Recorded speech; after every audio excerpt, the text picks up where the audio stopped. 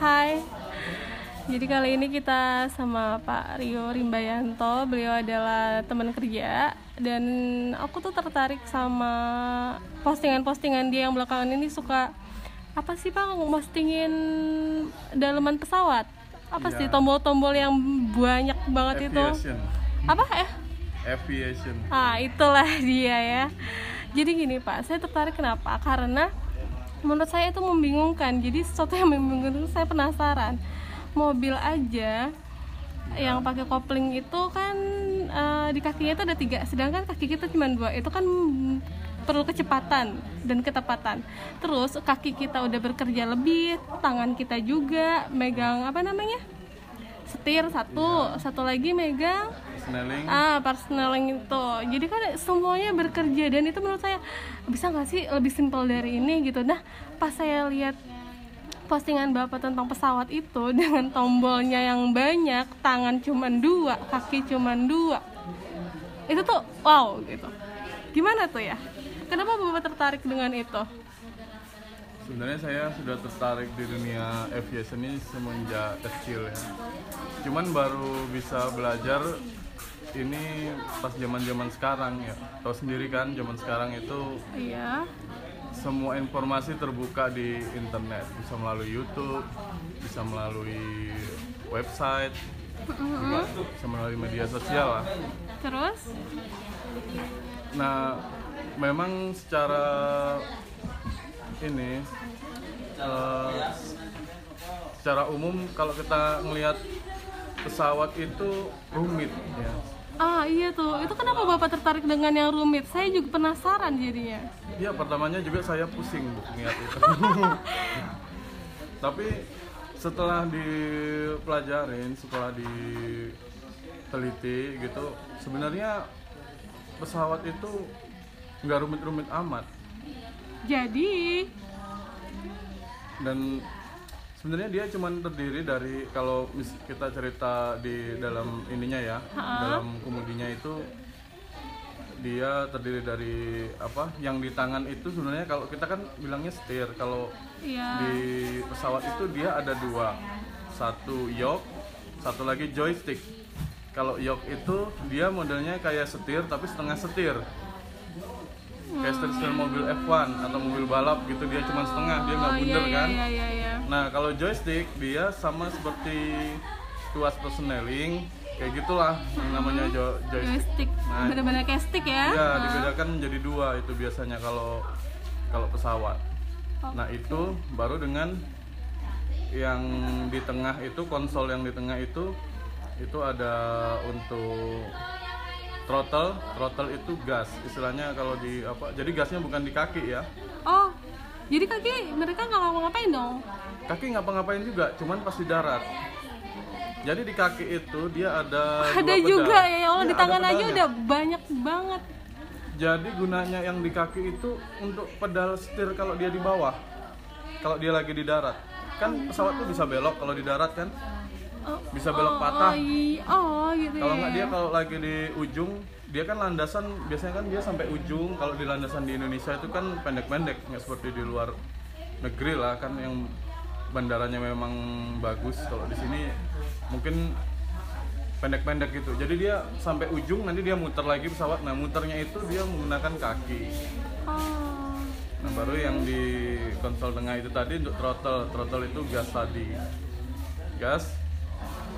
Gasnya dia semakin dimajukan, itu gasnya, tuasnya dimajukan, itu gasnya semakin naik. Oh jadi maju mundur itu tadi ya, maju makin naik, mundur berarti mengurangi. Iya.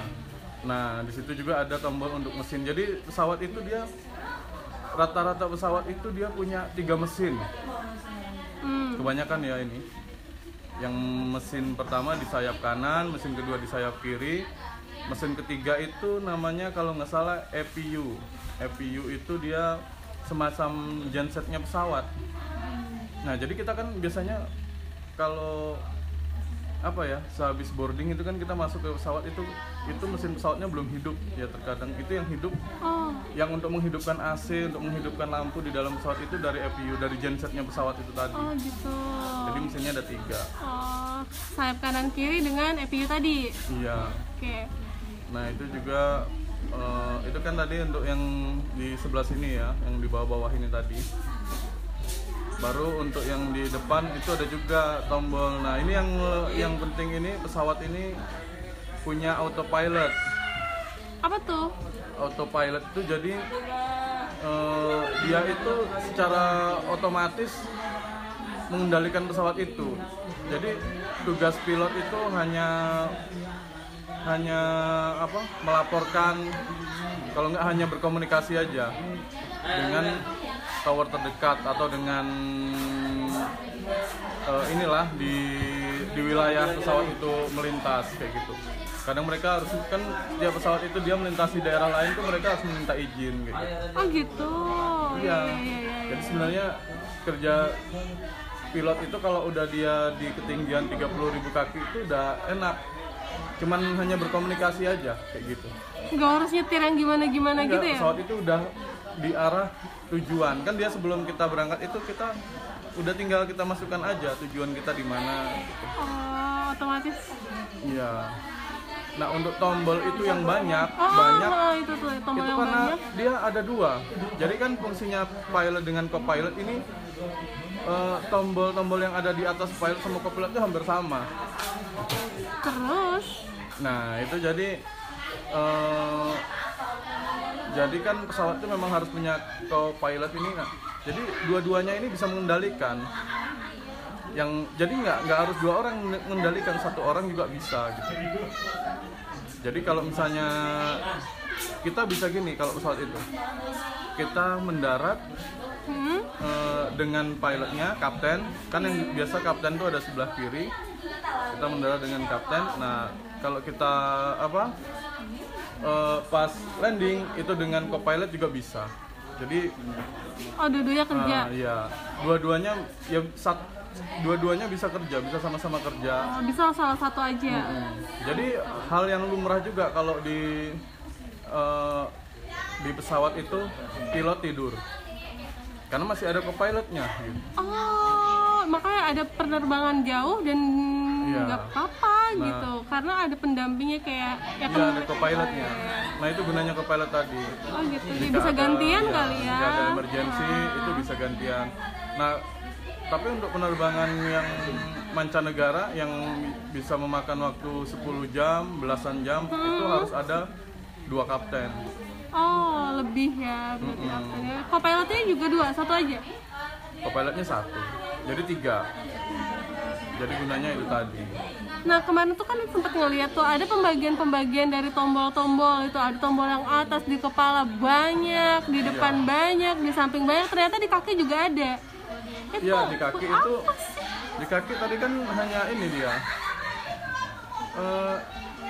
Jadi aslinya setir untuk di darat tuh ya di kaki gitu. Dia tombol-tombol yang di atas kepala, yang di depan, yang di samping itu di atas kepala itu banyak. Ada tombol untuk komunikasi. Habis itu ada tombol untuk untuk sekedar menyalakan AC yang di belakang pun ada di situ juga gitu. Oh, pokoknya di situ semua. Di atas itu tadi. Kalau biasanya tombolnya yang biasa untuk kayak gitu, bukan untuk mengontrol pesawat. Kalau untuk mengontrol pesawat tuh di depan sama di tengah. Oke. Di depan tadi ada tombol autopilot sendiri nanti gitu kan. Baru panel-panelnya juga itu yang bikin bingung kan, ada radar. Terus ada namanya ya? Saya nama-namanya juga susah ngapalnya, Bu. Karena emang banyak banget sih, wajar ya. Iya, wajar. Banyak banget. Bayangin lah kalau jadi pilot tuh. Bagaimana gitu mereka mengingat itu semua. Iya.